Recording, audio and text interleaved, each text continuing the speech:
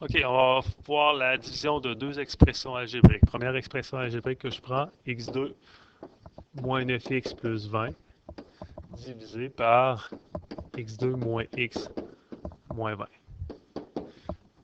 divisé par l'autre expression qui est x2 moins 16 sur x2 moins 8x plus 16. Comme ça. Je vais mettre ici plus 8x, excusez-moi. Donc, pour diviser deux fractions, on a qu'à multiplier une par l'autre. Alors, puis je vais aussi en même temps factoriser mes numérateurs et mes dénominateurs. Première expression, le premier polynôme, le produit donne 20 et la somme donne moins 9.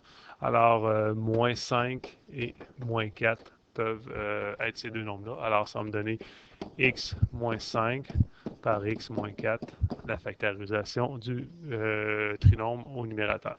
Pour ce qui est du trinôme au dénominateur, le produit donne moins 20 et la somme donne moins 1. Alors, c'est moins 5 et 4.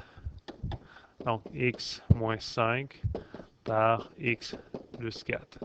Je vais multiplier par l'inverse. Donc, diviser par une fraction, on revient à multiplier par l'inverse.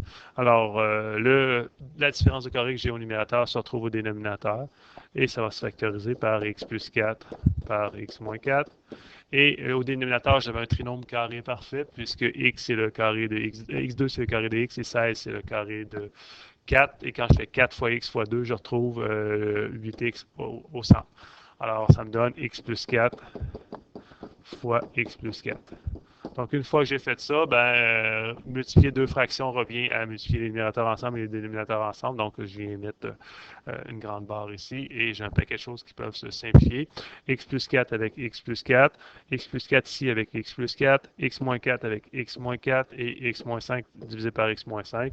Et le résultat d'ici, peu importe la valeur de x, va toujours donner 1. Il ne faut pas oublier aussi les restrictions. Les restrictions, on les trouve, je vous le mets en marqueur, ici, ici et ici.